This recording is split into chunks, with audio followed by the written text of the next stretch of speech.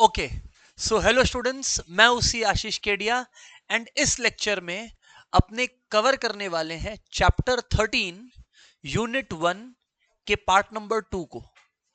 कुछ बातें बची हुई थी, we are going to complete that. उससे रिलेटेड पीवाईक्यूज और एग्जाम में जो क्वेश्चंस आ सकते हैं वो अपने प्रैक्टिस करने वाले हैं एंड वी विल फाइनली से good by two this topic chapter 3 unit 1 part 2। Okay, चलिए स्टार्ट करते हैं। स्टूडेंट्स, एक चीज ध्यान दीजिए, आपके स्क्रीन पर मैंने एक टेबल बना रखा है ना। I request everyone to pay attention to that table. इस टेबल को ध्यान से देखिए, आपको बनाना नहीं होगा, खाली सुनना है टेबल। ओके, ये देखिए, यहां लिखा है 44 से 48। ओके, इधर लिखा है 49 से 53, यहां है 54 से 58, 59 से 63, 64 से 68 एंड 69 से 73। ये सारी बातें लिखी हुई हैं। ओके ओके, सबसे पहले I want you all to understand something. इसको अपने बोलते हैं इंक्लूसिव सीरीज। क्या बोलते हैं? Inclusive series. क्या बोलते हैं? Inclusive, INCLUSIV, inclusive series. Sir क्यों? What do you mean by inclusive series, और इसे इंक्लूसिव क्यों बोलते हैं? देखो, किसी बच्चे का वजन, वेट अगर 44 है या 48 है, suppose a child has a weight of 44 और 48 और एनीथिंग इन बिटवीन 44 एंड 48, तो वो बच्चा इसमें काउंटेड है। यस और no? That is called inclusive. ऐसे we have how many students? 3 students. आगे बढ़ते हैं। 49 टू 53, किसी बच्चे का वजन 49 है, 53 है या 49 से 53 के बीच में है, तो वो बच्चा, ऐसे 4 बच्चे हैं, वो भी इसी के अंदर इंक्लूडेड है। सेम तरीके से 54 से 58, किसी का वजन 54 है या 58 है या इसके बीच में है, वैसे 5 जने हैं। अच्छा, 59 से 63, किसी का वजन 59 है, 63 है या इसके बीच में है, ऐसे 7 जने हैं। सिमिलरली 64, 68 एंड 69, 73, ऐसे सीरीज को we call inclusive series. What do we call them? Inclusive series. Why? Inclusive मतलब जो इंक्लूड करता हो।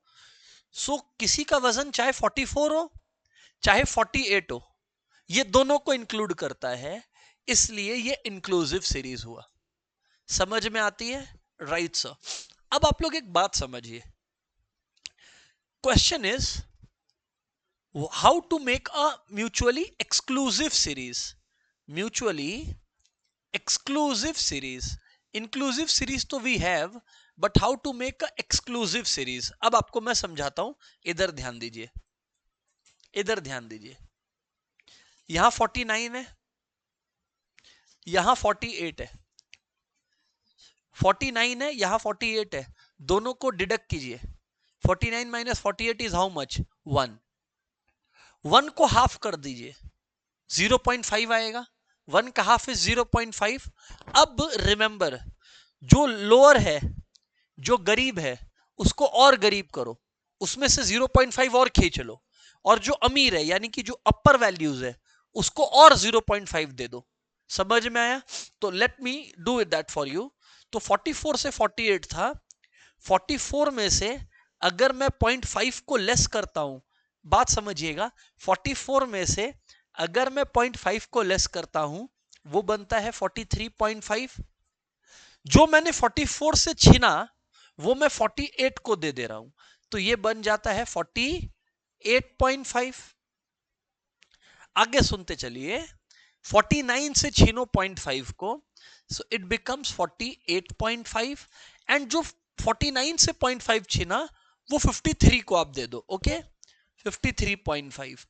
सिमिलरली 54 से खींचो तो 53.5 आता है, एंड 58 को दे दो तो 58.5 आता है। सेम लॉजिक से 59 से खींचो तो 58.5 आता है, 63 को दे दो तो 63.5 आता है। 64 से खींचो तो 63.5 आता है, 8 को दे दो तो 68.5 आता है, 69 से खींचो तो 68.5 आता है, 73 को दे दो तो 73.5 आता है। अब जब ये बन गया, ये यहां पर जो था ये आपका था इंक्लूसिव सीरीज, ये आपका था इंक्लूसिव सीरीज, और ये जो अब आपका नया बन गया इसको आप क्या बोलते हैं बताइए? Exclusive series. क्या बोलते हैं? Exclusive series.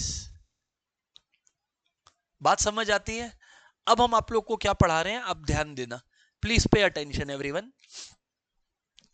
अब 43.5 से 48.5 है, और 48.5 से ही खत्म और 48.5 से ही शुरू, then you know this is exclusive series. You see in inclusive क्या हो रहा था, खत्म 48 पे हुआ, इंक्लूसिव में खत्म 48 पे हुआ, बट शुरू कहां हुआ? 49 पे। फिर से देखो, खत्म 53 पर हुआ पर शुरू कहां हुआ? 54 पे।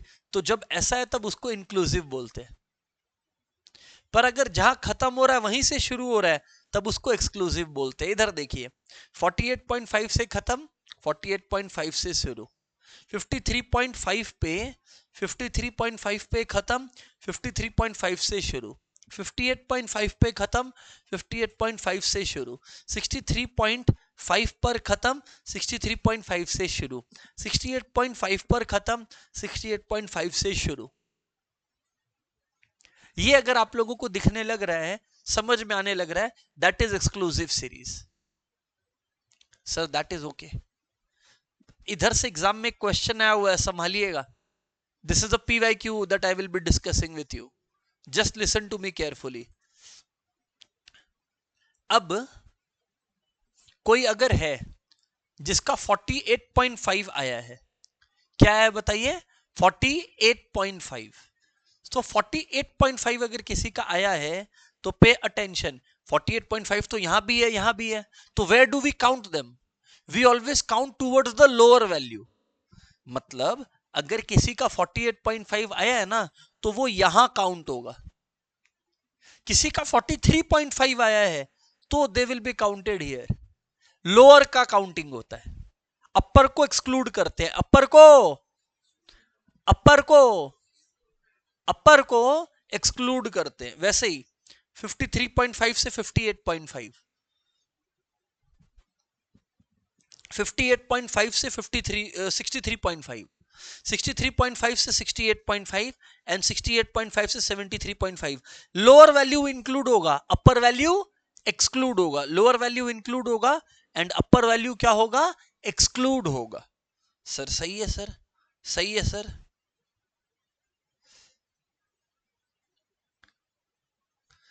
क्या एग्जाम में आया था? PYQ मार्क करना चाहोगे? हमारे मटेरियल पे आ जाओ, बुक पे आ जाओ। PYQ मार्क करना चाहोगे? हमारे मटेरियल पे आ जाओ।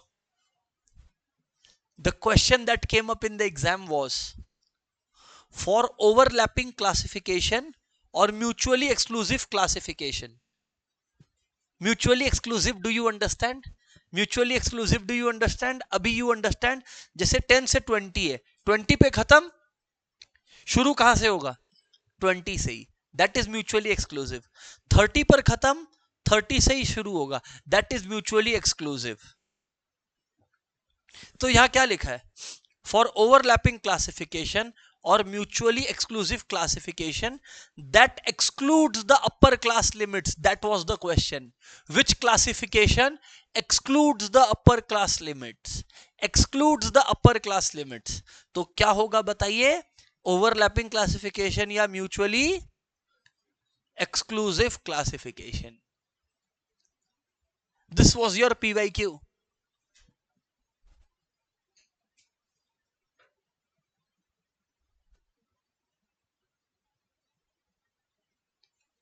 This was your PYQ.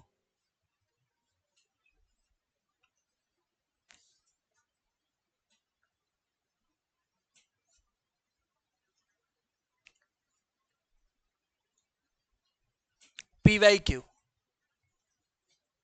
मैं वेट कर रहा हूं कि स्टूडेंट ऑब्जर्व कर ले। हो गया? अच्छा, बढ़िया बात है। और अब ये भी याद रखना, For non-overlapping, pay attention class, for non-overlapping or mutually inclusive classification includes both the limits. मतलब 0 से 9, 10 से 19. Is it exclusive or inclusive? Inclusive. Inclusive मतलब 0 भी इसी में काउंटेड है और 9 भी इसी में काउंटेड है. Hello, did you understand? Yes or no? Class, did you understand? Yes or no? Yes sir, it is understood to us. Very important previous year question, previous attempt question I should say. तो इसको mark करके रखेंगे. Now, अब एक concept है जो मैं आपको प्रोवाइड करवाने वाला हूं. पे अटेंशन, है ना? Pay attention everybody. इधर देखिएगा.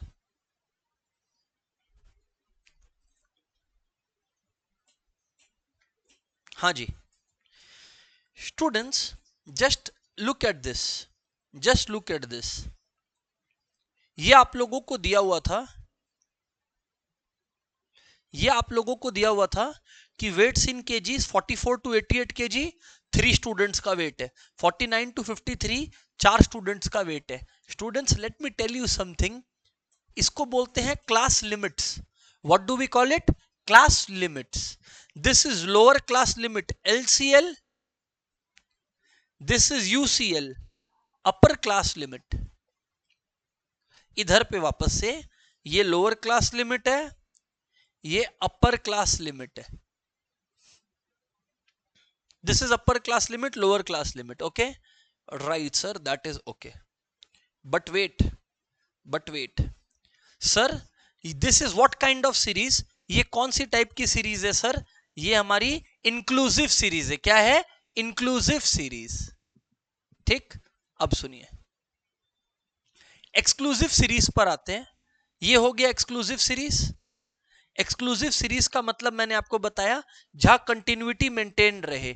58.5 पे खत्म हुआ है तो 58.5 से ही शुरू हो. ओके नाउ अगर आपको एक्सक्लूसिव सीरीज बताऊं तो इन एक्सक्लूसिव सीरीज ये है लोअर क्लास लिमिट, ये है upper class limit, and they are also called lower class boundary and upper class boundary. मतलब लिमिट इसको बोल देंगे,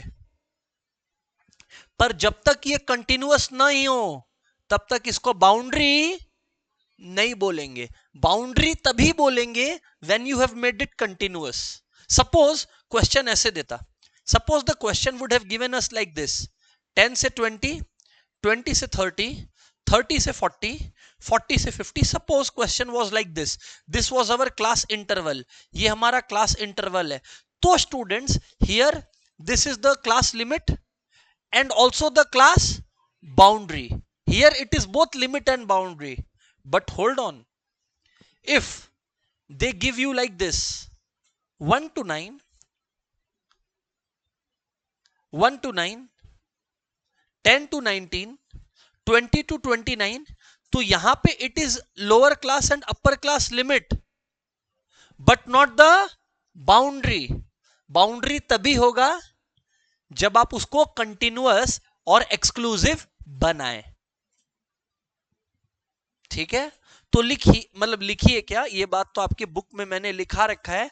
you just remember this, I will read it for you, don't worry, मैं read करूंगा आपके लिए. ये देखिए, corresponding to a class interval. Class interval example लिख लो, किताब में ही लिख लो एग्जाम्पल.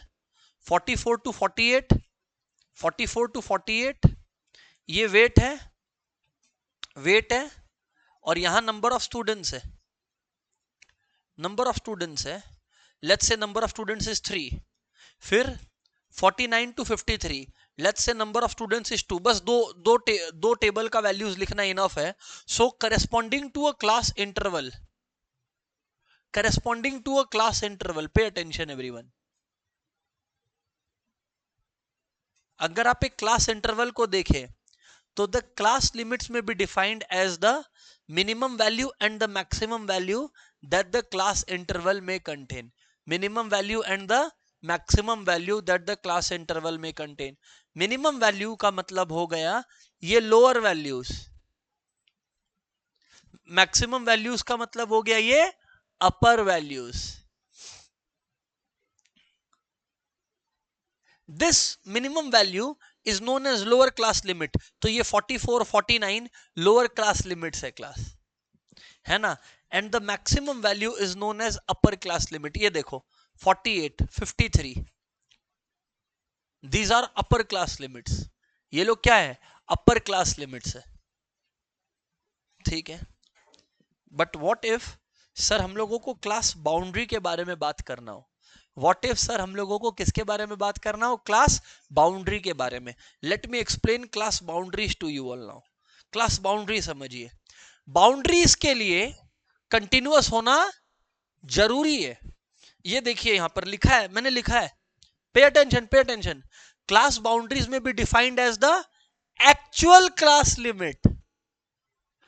ऊपर में जब 44 से 48 था, 49 टू 53 था, हाँ they were class limits, but क्या वो लोग एक्चुअल क्लास लिमिट्स थे? वो लोग एक्चुअल क्लास लिमिट्स नहीं थे. क्लास बाउंड्रीज में भी defined as the actual class limit of a class interval. For overlapping classification or mutually exclusive classification that excludes the upper class limits, यही था PYQ में कि mutually exclusive classification excludes the upper class limits, the class boundary coincide with class limits. मतलब अगर mutually exclusive classification है तो जो class boundary है वही क्लास लिमिट है. मैंने क्या यही पढ़ाया आपको? मैंने यही तो बोला कि 10 से 20, 20 से 30, 30 से 40 ये ओवरलैपिंग है.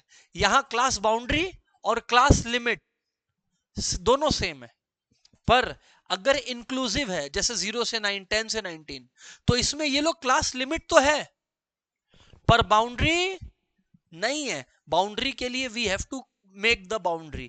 कैसे बाउंड्री बनाते हैं आप लोगों को आज सिखाया गया है. Lower class boundary is equal to lower class limit minus difference by 2.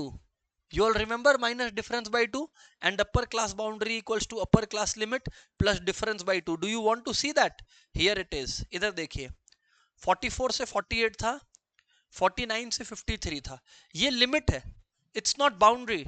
अब 48 माइनस 49 मतलब डिफरेंस हो गया 1 का. Difference divided by 2 is how much? 0.5. अब from lower value deduct the difference, तो 44 में से डिडक्ट किए तो 43.5, एंड अपर वैल्यूज में ऐड द डिफरेंस. वैसे ही अगेन लोअर वैल्यू से deduct the difference, upper value में add the difference, and there you get it, there you get it. Sir बात समझ में आता है क्या? Right sir. Next next next next. Is it clear so far everybody? Right. Now mid value और class mark, mid value और class mark. So sir class mark क्या है? Class mark is nothing but midpoint of class interval. लिख लो class mark is equals to midpoint of class interval. Midpoint of class interval. Class mark is nothing but midpoint of class interval. Class mark is nothing but midpoint of class interval. Midpoint of class interval. Let me show it to you. ये देखिए मैं आपको यहां दिखा देता हूं. अच्छा, class mark निकालने के लिए यू कैन डू बीच का किसी का भी, you will get the same value. For example let me explain. 44 plus 48, how much is 44 plus 48? 92 divided by 2 is how much? 46 mid value. अच्छा यू डू दिस 43.5 प्लस 48.5, अभी भी 92 ही आएगा. By 2 is how much? 46. Mid value is called class mark. This is class mark. वैसे ही 49 से 53, what is the mid value? 51. 51 is the class mark. Class mark के लिए mid value of class limit करिए या mid value of class boundary करिए, दोनों बात same है. There is no difference whatsoever, no difference whatsoever. Now 3 important PYQ questions इधर लिखिए. PYQ आ जाइए. Let's hear it out now. Let's hear it now. सबसे पहले विड्थ और size of a class interval. जब भी विड्थ और साइज निकालना है, it is equals to, you can write upper class boundary. What did I use? मैंने limit बोला कि बाउंड्री बोला? Boundary, not limit. Upper class boundary minus lower class boundary, upper class boundary minus lower class boundary. अब मैं आपको example देता हूं चीजों को और बेहतर समझाने के लिए। इधर देखिए बच्चे, मानिए 44 से 48 लिखा है, एक सेकेंड ना, 44 से 48 लिखा है, 49 से 53 लिखा है। स्टूडेंट्स, मैंने आप लोग को क्या बोला? इसको माइनस नहीं करेंगे, इसको माइनस नहीं करेंगे, पहले इसको कंटिन्यूअस बनाइए। 43.5 से 48.5, 48.5 से 53.5, you got it? Now width या size of a class interval निकालना है, you deduct 48.5 and 43.5, upper class boundary minus lower class boundary, कितना आता है माइनस करके? 5। ठीक इसी तरह से 53.5 अपर class boundary minus lower class boundary, again 5, again 5। क्या आप समझ पा रहे हैं कि नहीं समझ पा रहे? सर समझ पा रहे हैं। So that is 5। Moving on, moving on.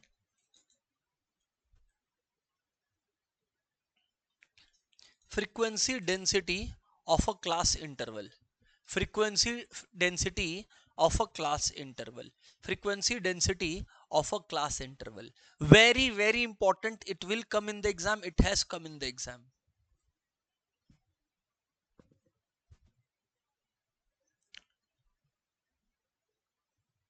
ठीक है, चलो चलो चलो चलो चलो चलो, let's go, pay attention students.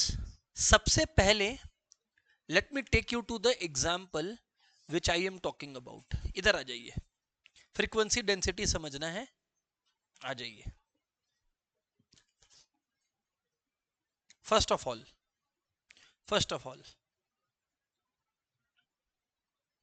इधर देखिए, फ्रीक्वेंसी डेंसिटी निकाल के दिखा रहा हूं। इस क्लास की फ्रीक्वेंसी कितनी है? 3। कितनी है? 3। 3 frequency of that class divided by width of that class, length of that class. 43.5 से 48.5 कितने का गैप है? कितने का गैप है? 5 का। क्लास साइज 3/5, ये हुआ frequency density 0.6।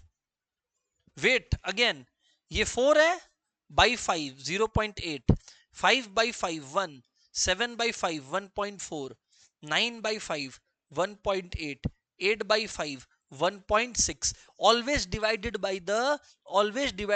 the frequency divided by the class size, frequency divided by the class size. You heard me?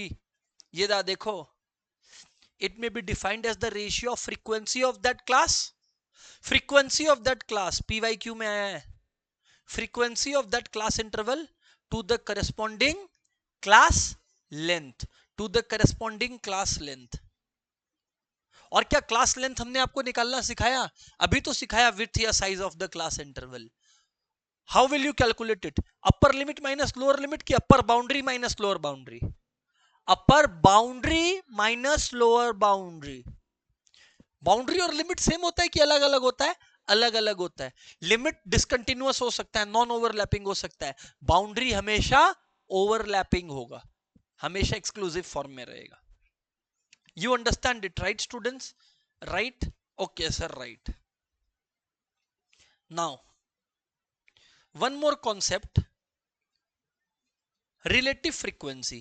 What is it? Relative frequency book में भी है, हमारे बुक में भी है, ये तो मैं इंस्टीट्यूट डिस्प्ले कर रहा था बुक, तो उधर बात हो गई। इधर आ जाइए, here it is, relative frequency and percentage frequency of a class interval. Relative frequency and percentage frequency. Please pay attention. What is relative frequency?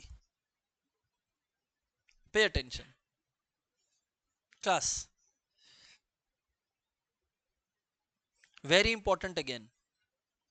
अच्छा एक बार और, वन मोर टाइम, ये दिल मांगे मोर। फ्रीक्वेंसी डेंसिटी क्या था? I will tell relative frequency, पर पहले फ्रीक्वेंसी डेंसिटी क्या था? फ्रीक्वेंसी डेंसिटी था उस क्लास का फ्रीक्वेंसी बाई क्लास लेंथ, यानी 5 का gap, 3 by 5 0.6, 4 by 5 0.8। Okay, but what is relative frequency? Relative frequency is frequency of that class divided by total frequency, divided by total frequency. So 3 divided by 36 that you have here, 4 divided by 36 that you have here. ठीक है? And if they ask percentage, you just multiply 100, you just multiply by 100. Very very very important, very very very important. Material में अगर आपको लिखना है, you can write it like this, relative frequency, please write it down, relative frequency equal to frequency of the class by total frequency, TF, total frequency, and percentage frequency is frequency of class by total frequency into 100, into 100, that's it.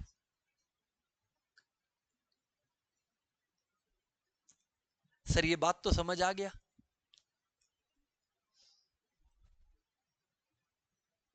Sir ये बात तो समझ आ गया? अच्छा students, can I move forward please? Yes sir, आगे बढ़े, move करें। आइए इधर ध्यान दीजिए। We consider the following types of graphical representation of frequency distribution. अच्छा स्टूडेंट्स, किसी डेटा को प्रेजेंट करने के लिए often times businesses use graphs, we use graphs. Which time which graph is important? Histogram होता है, फ्रीक्वेंसी पॉलीगॉन होता है, और ओजाइव होता है। और क्या होता है? Ogive. Pay attention, histogram, how is histogram seen? See, देखिए histogram looks like this. Histogram, ये एक building, any data can be presented like this. This is what? This is a histogram. देखिए हिस्टोग्राम और एरिया डायग्राम। अच्छा, histogram और area diagram, remember the name. This is a very convenient way to represent a frequency distribution. Histogram helps us to get an idea of frequency curve of that variable. Some statistical measure can be obtained using a histogram. हाँ, histogram को use करके we can calculate, histogram को use करके we can calculate mode. लिखो, histogram can be use to calculate mode, histogram to calculate mode. देखो लिखा है a comparison, pay attention class, a comparison among the frequencies of different class intervals is possible in this mode of diagrammatic presentation. It helps us find mode, it helps us find mode, mode निकालने में help करता है histogram. Okay sir. अच्छा, by the way here is your histogram, जो हमने किया था अभी। अभी we presented a data,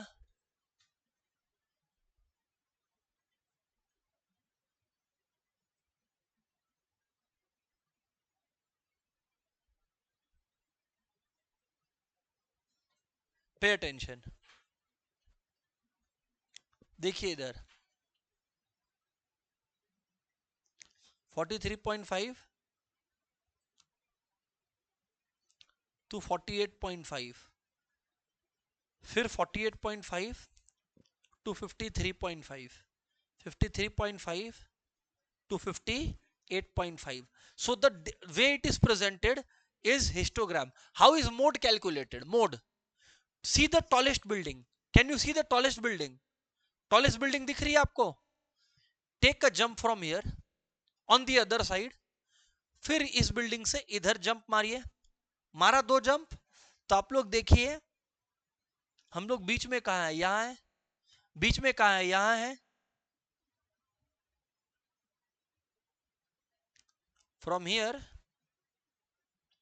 we drop downwards, बस। तो जो वैल्यू यहां पर लिखा होगा, जो वैल्यू यहां पर लिखा होगा, we call that value what? We call that value what? Mode. इसको मोड बोलते हैं। इसको क्या बोलते हैं बोलिएगा? मोड बोलते हैं। अंडरस्टूड और नॉट क्लास? अंडरस्टूड है, राइट सर, अंडरस्टूड है। Next, frequency polygon. How does a frequency polygon look? आपको एग्जाम में डायग्राम नहीं बनाना है। We are preparing for foundation exam. ये एमसीक्यू है, कोई आपको ग्राफ बनाने नहीं बोलेगा, but you have to be able to read the graph. अच्छा ये देखिए, यहां क्या होता है, on X axis there are mid points, ठीक है, मिड पॉइंट्स है, एंड दिस इज फ्रीक्वेंसी। तो बस आप ये फ्रीक्वेंसी फ्रीक्वेंसी को कर दो कनेक्ट, इसको बोलते हैं फ्रीक्वेंसी पॉलीगॉन। क्या बोलते हैं बोलो? Frequency polygon, frequency polygon. And next क्या हो गया बोलो? ओजाइव या क्यूमुलेटिव फ्रीक्वेंसी ग्राफ। ओजाइव या क्यूमुलेटिव फ्रीक्वेंसी ग्राफ। ओजाइव या क्यूमुलेटिव फ्रीक्वेंसी ग्राफ। ये देखो इधर पे, how do you observe cumulative frequency?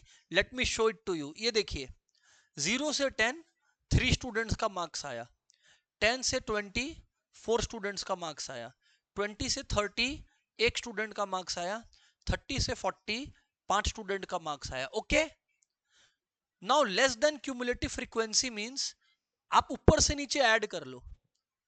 So 3 you write here, 3 plus 4 7, 7 plus 1 8, 8 plus 5 13. This is called lower cumulative frequency. This is called less than cumulative frequency. This is called less than cumulative frequency. Now more than cumulative frequency क्या है? You add नीचे से ऊपर, 5 you put here, 5 plus 1 6, 6 plus 4 10, 10 plus 3 13. आप बस ये करिए, हो गया आपका। अब इसका मतलब समझ आया क्या है? लेस देन क्यूमुलेटिव फ्रीक्वेंसी का मतलब होता है कि 10 या 10 से कम मार्क्स कितने स्टूडेंट्स का आया? 3 स्टूडेंट्स का। 20 या 20 से कम कितने स्टूडेंट्स का आया? तो उसमें तो ये 3 जन भी आएंगे और ये 4 जन भी आएंगे, इसलिए 7। 30 या 30 से कम कितने जन का है? 7 प्लस 1 8, और 40 या 40 से कम कितने का है? 8 प्लस 5 13, 13 है, right. Moving on. And more than cumulative frequency का अगर हम लोग बात करें तो यू ऐड, देखो 30 या 30 से ऊपर कितने स्टूडेंट्स का मार्क्स आया? ओनली 5 स्टूडेंट्स का। 20 या 20 से ऊपर कितने स्टूडेंट्स का मार्क्स आया? This 5 people plus this 1 people, 6। समझे? इसीलिए लेस देन में ऊपर से नीचे ऐड करते हैं, मोर देन में ऊपर से नीचे। And when you plot them, mind you, ogives can be used to find, write it down, ogives can be used to find median of a data, they can be used to find quartile of a data. तो ogives are very useful, ogives are very very useful student. Ogives are useful in finding median, they are useful in finding quartiles. Students, अब एक दिमाग में question आ रहा है मेरे, आप लोग सुनोगे? बोलो सर क्या? How many types of diagram did we just study? हम लोग कितने टाइप्स ऑफ डायग्राम को भी स्टडी किए? इधर देखिए, कितने टाइप्स को स्टडी किए? 3। हिस्टोग्राम, हिस्टोग्राम क्या निकालने के काम आता है? मोड। फ्रीक्वेंसी पॉलीगॉन कुछ निकालने के काम नहीं आता। ओजाइव आता है मीडियन निकालने के, क्वार्टाइल निकालने के। A very easy MCQ question could be, ये तीनों ऑप्शन दे देगा, which of them is not used to find any statistical measure, which of them is not used, तो कौन सा यूज नहीं होता है? Frequency polygon. you should be sharp enough, it's an MCQ paper, mind you। मैं बता सकता हूं, मैं याद करा सकता हूं, but then you will have to appear in the exam। चलो आ जाओ, कुछ पेंडिंग था, let's see our PYQs whether we are able to solve some questions or not. अब कुछ क्वेश्चन सॉल्व हो रहे हैं कि नहीं, लेट्स सी. कुछ हमने ऑलरेडी कर रखा है, right? Last class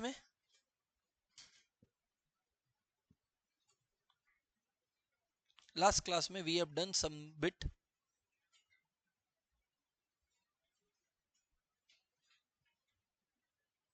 Here it is. Class, kind request to all to pay attention. Okay, देखिए, series in which frequencies are continuously added. कहां continuously add होता है? Cumulative frequency series. This question came in September 2024 CA Foundation exam. We have done it, right? We have done it. हाँ, ogive का I had told you all, फिर से I will revise with you. Ogive is used for making short-term projections. Ogive is used for making short-term. Write it down, note it down. Ogive short-term projections. लिखा हुआ है, very good. Now pay attention to this one, class. This has come. It was September 24, question number 69. Let's see. Let's see क्या है question. इधर देखिए. If the class intervals of certain data are 10 to 14, 15 to 19, 20 to 24, then the first class boundary करेंगे तो 10 में से 0.5 कम करो, 9.5, और 14 में कम करो कि ऐड करो? ऐड करो. ऊपर वाले वैल्यूज में भी ऐड, लोअर वाले वैल्यूज में भी डिडक्ट. सो 14.5 आएगा. And so answer is A. Tough, easy, easy, very easy.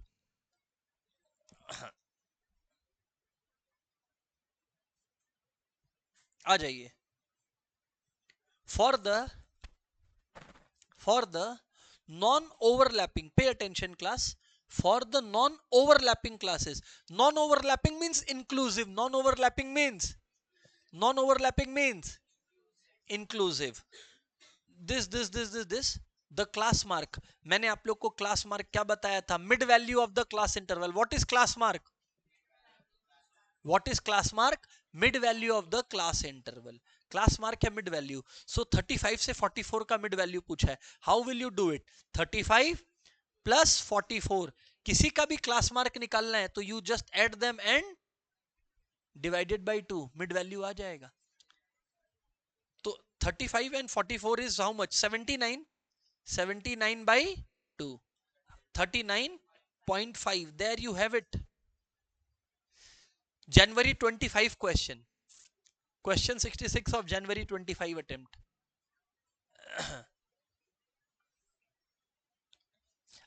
Look. We did it just now. Ogive is used to find what? Ogive is used to find median या quartile या फिर quartile. Mode किससे निकलता है? Histogram से. Mode किससे निकलता है? हिस्टोग्राम से.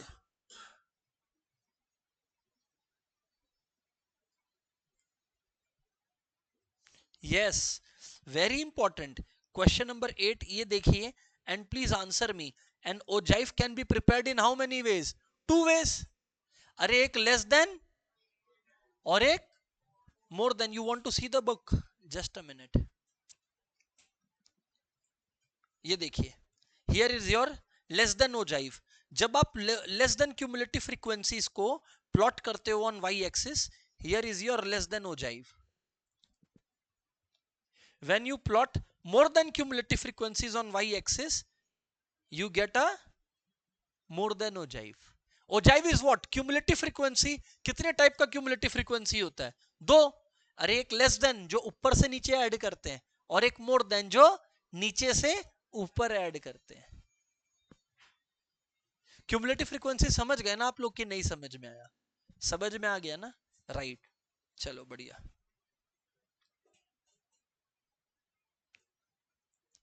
Just a moment. Okay.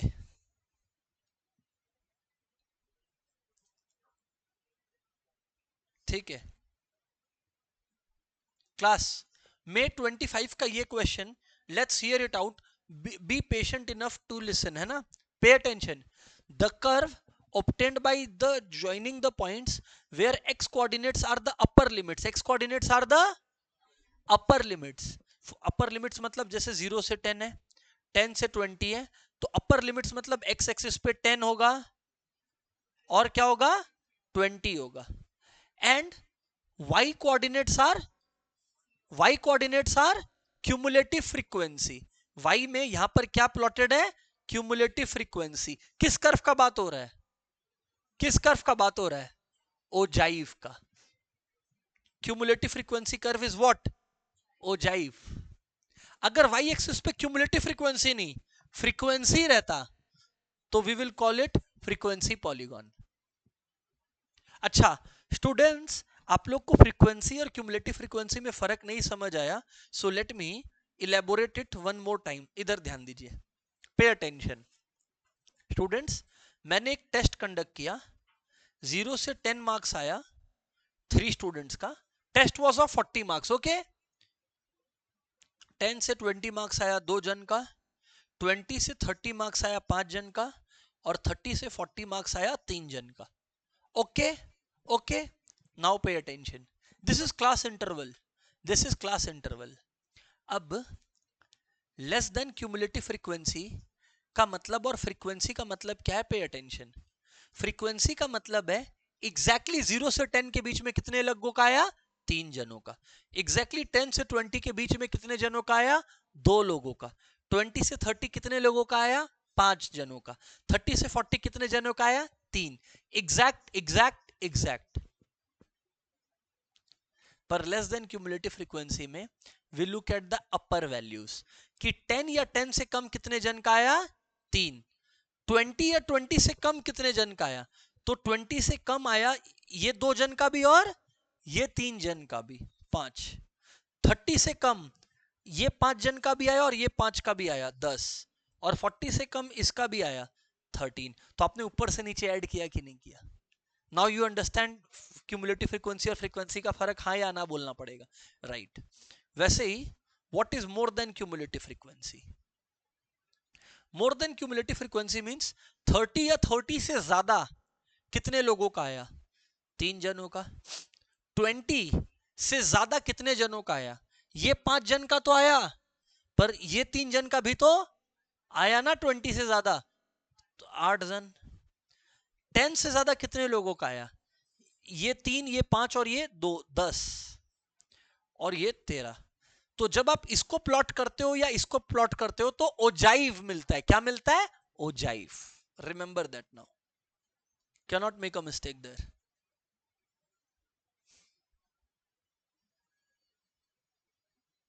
Just a minute, ogive आ गया. ठीक, आगे बढ़ते हैं. ठीक है, ठीक है. Rest has been done by us, that is okay. Students, अब हम लोग पढ़ने वाले हैं, this was chapter 3 unit 1, statistical description of data. Now we are moving to chapter 13 unit 2, that is sampling, that is sampling. Students, it's very interesting, ये बहुत interesting है. हाँ ये theoretical है but it's rather interesting. आ जाइए समझाते हैं.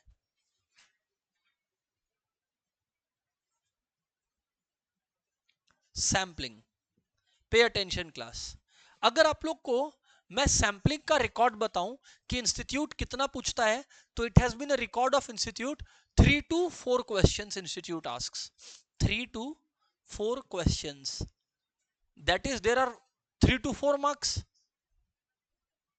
And it's very small. मतलब बहुत कम थ्योरी पढ़ के 3 से 4 नंबर आपका सेव हो रहा है, बच रहा है. आइए ध्यान देते हैं. Sir what is sampling and why do we need to do sampling. Sir हम लोग तो चार्टर्ड अकाउंटेंट है, हम लोग को सैम्पलिंग का क्या काम. चार्टर्ड अकाउंटेंट्स लोग को सैम्पलिंग का सबसे ज्यादा काम होता है, आपको क्या बताएं. व्हाट इज सैम्पलिंग सर, ये समझाए तो. पे अटेंशन, देखिए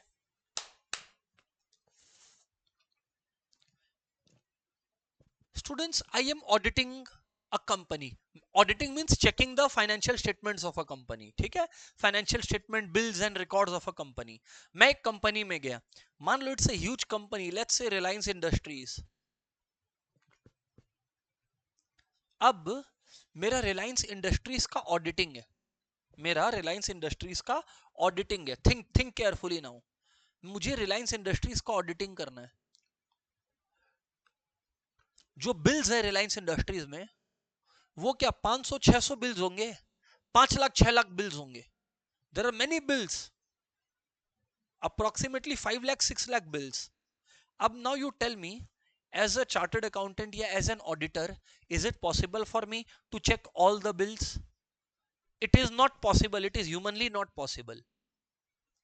तो क्या होता है, चार्टर्ड अकाउंटेंट्स क्या करते हैं, out of 5 lakh bills randomly they will select 5000 bills. ठीक है, and they will check random 5000 bills. अगर वो 5000 बिल्स सही है, मतलब हम लोग मानेंगे कि वो 5 लाख बिल भी सही है. That is called sampling. Students, मैं एक स्कूल गया, मैंने एक स्कूल में जाकर मुझे टास्क दिया गया था, आपको पता करना है कि यहाँ के स्टूडेंट्स का मैथ्स का पोजीशन कैसा है. अब क्लास 12 में उनके है 500 स्टूडेंट्स और हमारे पास जो समय दिया गया है, आई हैव गॉट 1 आवर. मेरे पास स्कूल में 1 घंटे का ही समय है. Is it possible for me कि मैं 500 स्टूडेंट्स का टेस्ट कंडक्ट करूं, चेक करूं इन 1 आवर और 2 hours? Is it possible? No, it's not possible. So what I will do, I will randomly select 50 people and ask them questions. आप आ जाइए randomly any 50 people. That's called sampling. That is called sampling.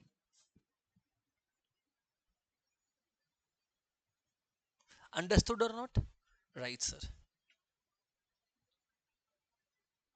Sample survey is the study of unknown population on the basis of a proper representative sample drawn from it. ठीक है, so जो पूरा सारा bills था, that is called universe. That is called universe. 5 lakh bills, 500 students, those are universe. Out of those 500 students, I am testing only 50. That is sample. That is sample. अच्छा, एक बात बताइए, एक कंपनी, आपने एक फॉरेन कंपनी, एक American company को order दिए फॉर 1 लाख यूनिट्स. अमेरिका से सामान आ गया. इज इट पॉसिबल आप 1 लाख कमोडिटीज को खोल खाल के देखेंगे कि इट इज ओके और not? Randomly you will select 500 boxes, you will check those 500 boxes, वो ठीक है तो ओवरऑल सब कुछ ठीक है. Got it? Not got it? Now very important जो एग्जाम में भी आया है, वेरी इंपॉर्टेंट जो एग्जाम में भी आया है, principles of sample survey. Principles of sample survey very important. Principles of sample survey. Students, कितने प्रिंसिपल्स है? 4. How many principles of sample survey are there? 4 principles of sample survey are there. 4 principles. What are the 4 principles of sample survey? Number 1, law of statistical regularity, principle of inertia, principle of optimization and principle of validity. एक बार question पता है क्या आया था? They give 4 names. उन्होंने 4 नाम दिया था और उसमें से एक नाम कुछ भी उटपटांग था. They asked which of them is not a principle of sample survey.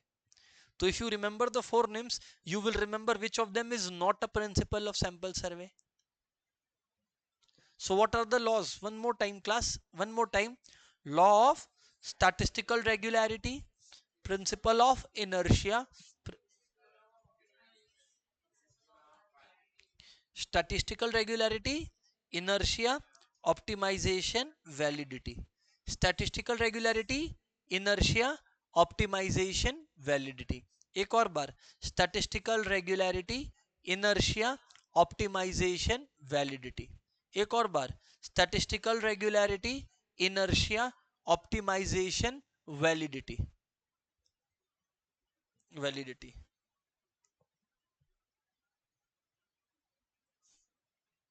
Let's see अब स्टैटिस्टिकल रेगुलरिटी का लॉ क्या बोलता है. According to the law of statistical regularity, if a sample of fairly large size is drawn from the population, then on an average the sample would possess the characteristic of that population. I will give you an example. Students, एक बात बताइए, sampling में what are we doing? Are we checking the entire universe or the small sample? We are checking the small sample. Now suppose जो bills का मैंने आपको बोला, there are 5 lakh bills. I check 5000 bills of Reliance Industries and एक और company है जो रिलायंस इंडस्ट्रीज का 5 लाख बिल्स देखती है और वो रिलायंस इंडस्ट्रीज का 25,000 बिल्स चेक करती. बिल चेक करने के बाद हम लोग कंक्लूजन पे आएंगे, दोनों कंपनीज, कंपनी ए बी और company B B, who do you think has higher chances of correct conclusion? किसका लगता है कि जो चांसेस है, जो कंक्लूजन वो फॉर्म करेगा अबाउट द एंटायर यूनिवर्स, किसका लग रहा है ज्यादा चांसेस सही होने का? किसका है? ए का और बी का? बी का, क्योंकि बी चेकिंग ज्यादा कर रहा है. यही तो लॉ ऑफ स्टैटिस्टिकल रेगुलरिटी बोल रहा है कि अगर आप सैंपल साइज बड़ा सिलेक्ट करोगे सो चांसेस है कि वो सैंपल यूनिवर्स को ट्रूली रिप्रेजेंट करेगा. Thus, the sample to be taken from the population should be moderately large. जो सैंपल आप सिलेक्ट कर रहे हो वो लार्ज होना चाहिए, मॉडरेटली लार्ज होना चाहिए. In fact, larger the sample size, better in revealing the identity of the population. The reliability of a statistic in estimating a population characteristics varies as the square root of sample size. Very important, the reliability of a statistic in estimating the population characteristics varies as the square root of sample size. सही है. Now let me tell you something. Let me tell you something. They have used a word statistic. What is the word they have used? Statistic. याद रखिएगा, इस पर आएंगे. We will come to this. अभी रहने दीजिए, अभी जरूरत नहीं है. Law of statistical regularity clear है? Hello, law of statistical regularity clear है? लॉ ऑफ स्टैटिस्टिकल रेगुलरिटी क्या बोलता है? सैंपल साइज जितना बड़ा होगा उतना अच्छा होगा, पॉपुलेशन को या यूनिवर्स को उतना बढ़िया रिप्रेजेंट करेगा. ठीक है, ठीक है.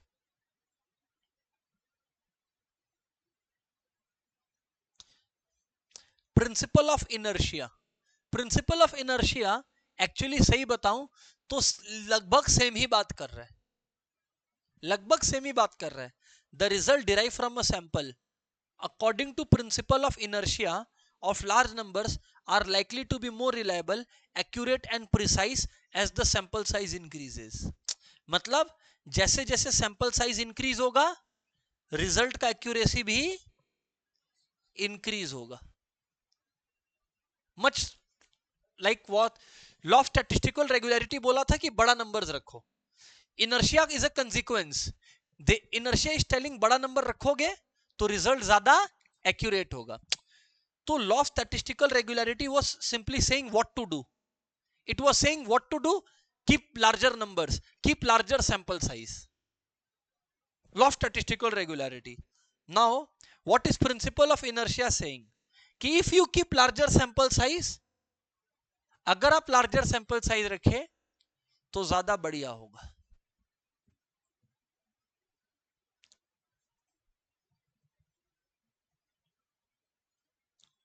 Principle of optimization, very important.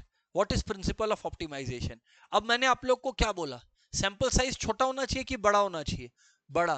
तो अब बड़ा सैंपल साइज मतलब इतना बड़ा सैंपल साइज नहीं कि it results in heavy cost for the organization. Optimization means you are collecting the sample, but when you are collecting the sample it should not mean कि आप अपने ऑर्गेनाइजेशन को harm कर दो. Let me give you an example. आप लोग जब chartered accountancy के लिए ऑफिस जाओगे ना, अलग अलग जगह ऑडिट करने के लिए, when you will go for auditing to different offices, company will give you time कि okay we are assigning you 6 hours of work. Company आपका 6 hours they are going to charge from home, from the client, from the client. अब आप बोले नहीं हम तो बहुत अच्छे से चेकिंग करेगा, 6 घंटा की जगह आपने 15 घंटा लगा दिया, तो आपने कंपनी के लिए अच्छा किया कि बुरा किया? You have done bad for the company. कि company was billing your client only for 6 hours, you are doing work for 15 hours, you are doing work for 15 hours. तो it's not good, it's bad, it's very bad rather, ये खराब है। Okay, so principle of optimization ensures that an optimum level of efficiency at a minimum cost or the maximum efficiency at a given cost can be achieved with the selection of appropriate sample design। मतलब पहला दोनों बोला कि sample design बड़ा रखो, third बोल रहा है कि बड़ा रखो पर अप्रोप्रिएट रखो, it should not result in huge cost for the organization. Next, principle of validity. What is next बोलो? Principle of validity. Principle of validity, principle of validity states that a sampling design, क्या बोलता है देखो principle of validity, a sampling design is valid, एक sample design valid तभी है जब it is possible to obtain valid estimates and valid tests about population parameters. मतलब you have selected sample, sample select करने का there are different ways, I will teach you, अलग अलग तरीका बताएंगे। तो जो भी तरीका आपने सैंपल सिलेक्ट किया है वो तरीका सही तभी है जब वो sample is able to give a idea about the population. Suppose मैंने 500 स्टूडेंट में से 50 को टेस्ट किया and 50 were brilliant, but in reality the remaining 450 are very poor. तो जिस मेथड से मैंने सैंपल उठाया इट वाज करेक्ट और रॉन्ग? रॉन्ग, क्योंकि वो मेरे को पॉपुलेशन के बारे में सही कंक्लूजन नहीं क्रिएट किया। और suppose there are many intelligent students, by default I tested the 50 students who don't study at all by chance। तो जिस तरीके से मैंने सैंपल सिलेक्ट किया वो तरीका अच्छा है कि खराब? खराब। सैंपल तरीका अच्छा तब होगा जब वो सैंपल इस तरीके से चूज किया जाए कि वो पॉपुलेशन के बारे में सही इंफॉर्मेशन कंक्लूजन फॉर्म करने में हेल्प करे। Principle of validity, principle of validity. Now students, now there are two terms you should understand, pay attention, write it down in your copies or in your book, जैसा भी your choice। Parameter, statistic, parameter and statistic, two important terms।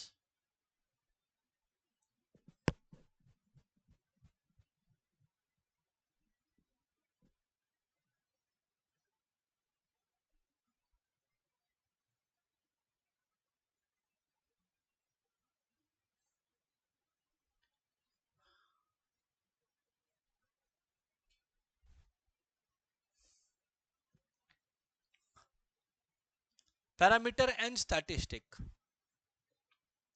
Parameter and statistic, इधर ध्यान देना।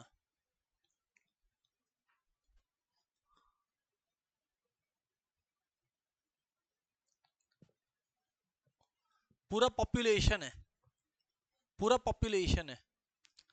अब आप पूरे population का, पूरे पॉपुलेशन का, suppose this class has 500 students, मैं सबका मार्क्स लिया और सबके मार्क्स का एवरेज निकाला।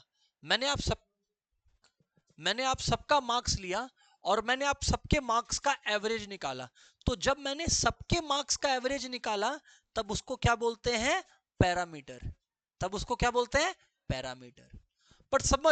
पर ये समझ लो कि मैंने 500 स्टूडेंट्स को नहीं कंसीडर किया, मैंने एज अ सैंपल आप लोग में से 50 स्टूडेंट्स को बुलाया और आप लोग 50 स्टूडेंट्स का मैंने एवरेज लिया। तो जब आप सैंपल का कैलकुलेशन करते हो तो what do you call it? Statistic. मतलब data calculated for population is parameter. लिख लो parameter. Data calculated for population, data calculated for population, data calculated for population. और अगर आप लोगों ने कैलकुलेट किया है फॉर सैंपल,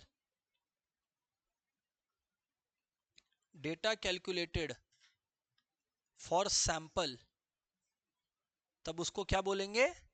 स्टैटिस्टिक। स्टैटिस्टिक। बात समझ में आ रही है? नहीं समझ आ रही है? आती है बात समझ में? सो ये था फर्क पैरामीटर और स्टैटिस्टिक के बारे में विच वी वर डिस्कसिंग। ठीक है, just some terms that needs to be understood. ये देख लो यहां पर, पे अटेंशन क्लास। पैरामीटर पे आ जाओ, लिखा भी है, डिटेल में लिखा भी है बुक में। अ parameter may be defined as a characteristic of a population based on all the units of a population. I told you, मैंने सबका पॉपुलेशन में सारे स्टूडेंट्स का मार्क्स लिया और उसका मीन निकाला, then it is called a parameter. पर अगर हम सैंपल का कैलकुलेट करते हैं तो we call it statistic. A statistic may be defined as a statistical measure of sample observations, and as such it is a function of sample observation. Statistic use होता है to estimate population parameter. Statistic use होता है to estimate, I cannot test 500 students. So I take the exam of 50 students. I take their average. Suppose their average is 100 में से 87. तो मैं बोलता हूं कि बाकी सबका भी 100 में 87 होगा। हम लोग सैंपल को यूज करते हैं to predict about the population. किसको किसको क्लियर है? स्टूडेंट्स आज यही वाइंड अप करेंगे। इन द नेक्स्ट क्लास इस टॉपिक को कंटिन्यू करेंगे एंड कंप्लीट करेंगे। That's it. Goodbye everyone.